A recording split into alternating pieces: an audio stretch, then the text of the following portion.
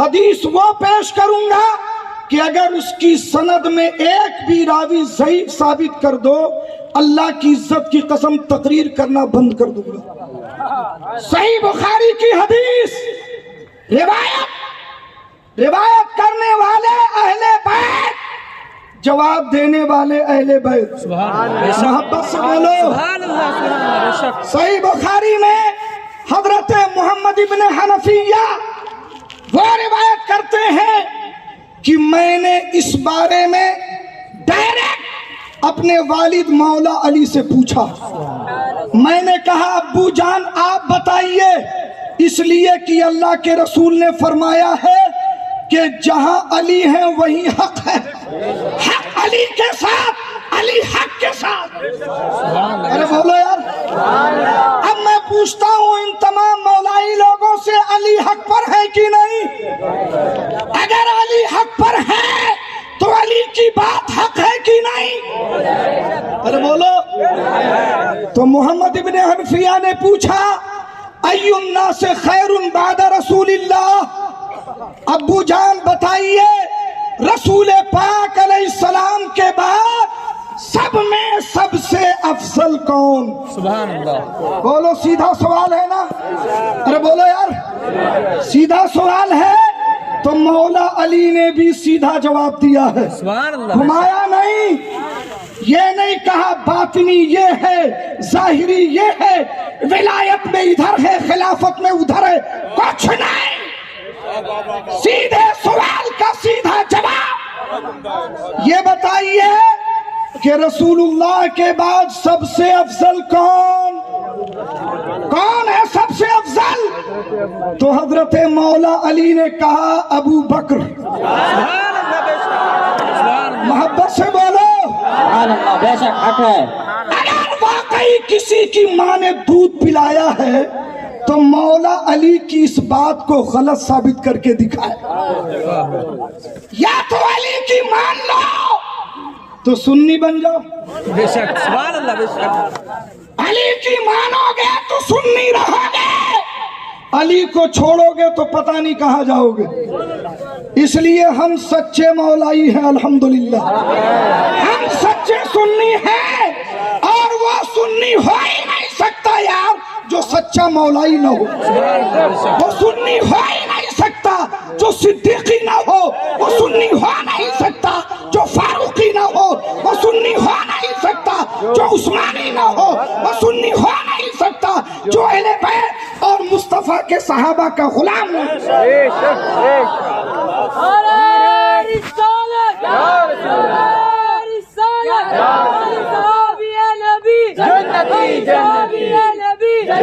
نعرہ مت لگائی، ٹائم کم، تو بس حدیث پوری کر دوں تو حضرت علی نے کہا کہ ابو بکر، حضرت محمد ابن حنفیہ نے کہا ثم من، اس کے بعد کون؟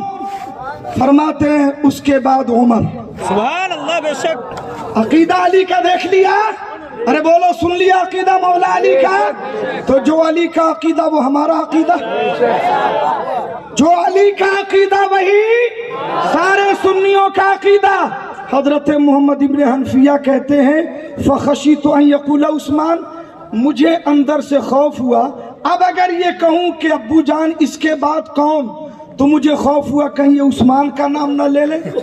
یہ بتا رہا ہے کہ محمد ابن حنفیہ جانتے ہیں کہ تیسرا نمبر عثمان کا۔ سبحان اللہ، بے شک حق ہے۔ ارے بولو یار، سبحان اللہ، بے شک۔ وہ جانتے ہیں کہ تیسرا نمبر کس کا ہے، وہ خود کہہ رہے ہیں کہ مجھے خوف ہوا۔ ارے یار، ہر بیٹے کو باپ سے پیار ہوتا ہے نا، تو انہوں نے اسی چیز کا، اپنے پیار کا اظہار کیا کہ مجھے لگا کہ کہیں یہ عثمان کا نام نہ لے لے، تو میں نے خود ہی کہا اس کے بعد تو آپ ہی ہیں، اس کے بعد تو آپ ہی ہیں۔ مولا علی مسکرائے، کہا میں تو نبی کے صحابہ میں سے ایک صحابہ، نبی کے غلاموں میں سے غلام ہوں۔ مجھے یہ عرض کرنا ہے میرے عزیزوں، گفتگو اسی پہ ختم، کہ ایک بات یاد رکھو کہ مولا علی کا جو یہ عقیدہ ہے نا، یہ پوچھو کہ یہ مولا علی کا عقیدہ مانتے ہو یا نہیں۔ اگر نہیں مانتے تو مولائی کہنا چھوڑو، اور مانتے ہو تو سبحان اللہ، یہ اہل سنت کی فتح نہیں تو اور کیا ہے۔ سبحان اللہ بے اللہ شک تعالیٰ اپنے حبیب کے صدقے میں قبول فرمائے۔ آمین۔ میرے الفاظ میں، تشریح میں، تعبیر میں کوئی غلطی ہو، اللہ تعالیٰ اپنے محبوب کے صدقے میں معاف فرمائے۔ استغفر اللہ رب